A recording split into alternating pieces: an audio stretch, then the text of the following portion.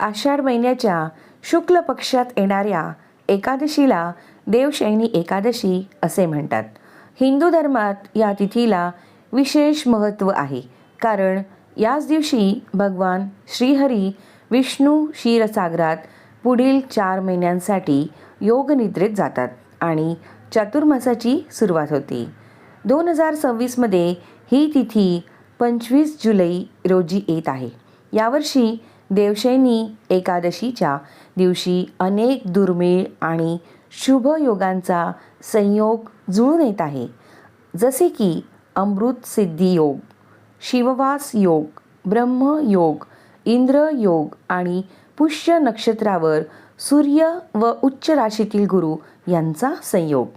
या योगांमुळे या दिवशी केल्या जाणाऱ्या प्रार्थना आणि उपायांचे आध्यात्मिक फळ अनेक पटींनी वाढणार आहे. जर तुम्हाला सुख, समृद्धी, मानसिक शांती आणि कर्जातून मुक्ती हवी असेल तर या शुभ काळात हे 5 विशेष उपाय नक्की करा. उपाय नंबर 1. केशरयुक्त दुधाने भगवान नारायणाचा अभिषेक. देवशयनी एकादशीच्या शुभ प्रसंगी दक्षिणावर्ती शंखामध्ये केशरयुक्त दूध किंवा गंगाजल भरून भगवान विष्णूचा अभिषेक करा. त्यानंतर त्यांना पिवळे वस्त्र, पिवळी फुले आणि पिवळी फळे अर्पण करा. असे केल्याने भगवान विष्णू अत्यंत प्रसन्न होतात आणि भक्ताच्या आर्थिक अडचणी दूर होण्यास मदत होते. उपाय 2. तुळशी पूजन आणि दीपदान. तुळस ही भगवान विष्णूंना अत्यंत प्रिय मानली जाते. एकादशीच्या संध्याकाळी तुळशीच्या रोपासमोर गाईच्या तुपाचा दिवा लावा. ओम नमो भगवते वासुदेवाय या मंत्राचा जप करत तुळशीभोवती 11 किंवा 21 प्रदक्षिणा घाला. लक्षात ठेवा की एकादशीच्या दिवशी तुळशीची पाने तोडली जात नाहीत किंवा तिला पाणीही घातले जात नाही. त्यामुळे केवळ दिवा लावणे आणि प्रदक्षिणा घालणे एवढीच पूजा करावी. उपाय नंबर 3. विष्णू सहस्रनाम किंवा स्तोत्रांचे पठण.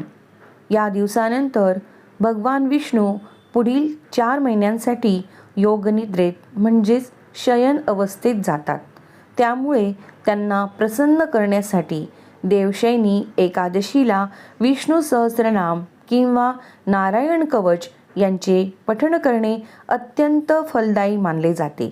जर पठण करणे शक्य नसेल तर शांत मनाने त्यांचे श्रवण करावे.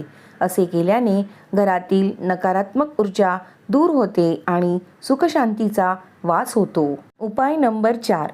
पिवळ्या रंगाचे धान्य आणि वस्त्र यांचे दान. या शुभ काळात दान धर्माचे महत्त्व अनेक पटींनी वाढते. या दिवशी ब्राह्मण किंवा गरजू व्यक्तीला पिवळ्या रंगाच्या वस्तूंचे जसे की हरभरा डाळ, केळी, सोने, हळद किंवा पिवळे वस्त्र दान करावे. अशा दानामुळे कुंडलीतील गुरुग्रह बलवान होतो, ज्यामुळे करिअर आणि व्यवसायातील अडथळे दूर होण्यास मदत होते. उपाय नंबर 5. पिंपळाच्या झाडाला जल अर्पण करणे आणि प्रार्थना. शास्त्रानुसार पिंपळाच्या झाडात भगवान विष्णू आणि माता लक्ष्मी यांचा वास असतो. एकादशीच्या दिवशी सकाळी पिंपळाच्या झाडाला जल अर्पण करावे किंवा संध्याकाळी तिथे दिवा लावून आपली इच्छा व्यक्त करावी. कर्जमुक्तीसाठी आणि अडकलेले किंवा प्रलंबित पैसे परत मिळवण्यासाठी हा उपाय अत्यंत प्रभावी मानला जातो. हा व्हिडिओ तुम्हाला आवडला असेल तर लाईक करा, सबस्क्राईब करा, शेअर करा आणि बेल आयकॉनवर क्लिक करा.